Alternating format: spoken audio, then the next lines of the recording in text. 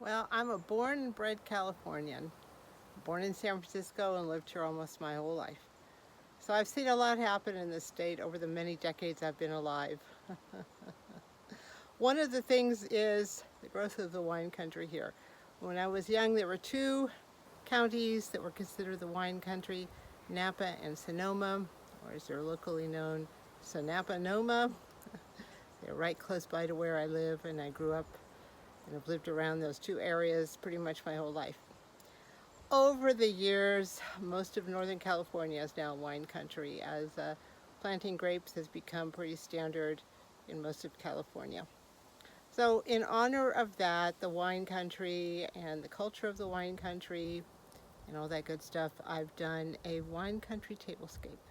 It's a cheese and bread and apple and wine tablescape, celebrating the harvest and celebrating fall. So let's check it out.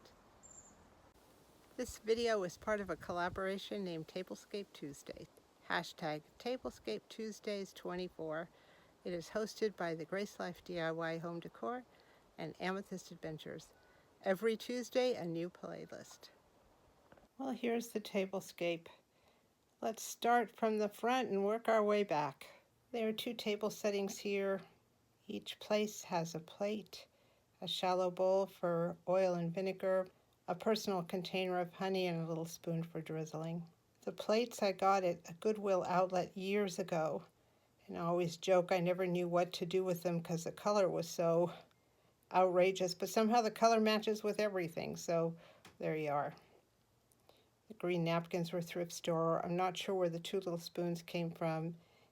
The brown dipping bowl is one of two brown dipping bowls that a friend of mine brought me from her travels. I really love them. The tablecloth is a thrift store find. I've had a hard time figuring out what to do with it and what matches with it, but I've already done two tablescapes with it this year, so I think I just needed the right inspiration. It's a square size, so I have it on the angle here. Underneath is a lace tablecloth. The same friend who gave me those pretty dipping bowls gave me this beautiful shallow bowl where I have the apples. And on the cutting board, I have some French bread, some spreadable cheese, olive oil, balsamic vinegar, and a fruit-flavored vinegar. Behind are two wine glasses.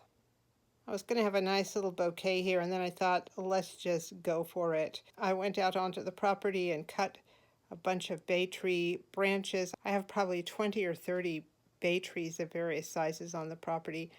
And boy, do they smell good. They smell good even here. I also added some oak tree branches as well. I just cut everything and stuck them in that teapot. I got the teapot at the dump store about 2-3 years ago, and I generally use it for plants, but it just seemed to work out great as a vase this time. 3 battery-operated candles and that wand a friend of mine made me a couple of years ago. I love it, and I thought it'd be good to have a wand on the table because, after all, we're trying to make magic here. Unlike some of my other tablescapes, this one came together very quickly for me. I don't know what it was. I perhaps was inspired by fall, by the colors, by the natural elements. I don't know. Sometimes things go faster and sometimes things go slower, but this one came together pretty quick. I enjoyed working with the rich colors and the feeling of abundance it gave me. So what do you think? Does it speak to you? I actually do not drink wine.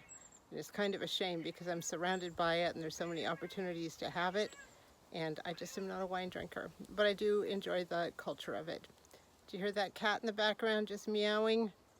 He's cleaning his paws right now. He has eaten, he is happy, he is fine, but he still whines.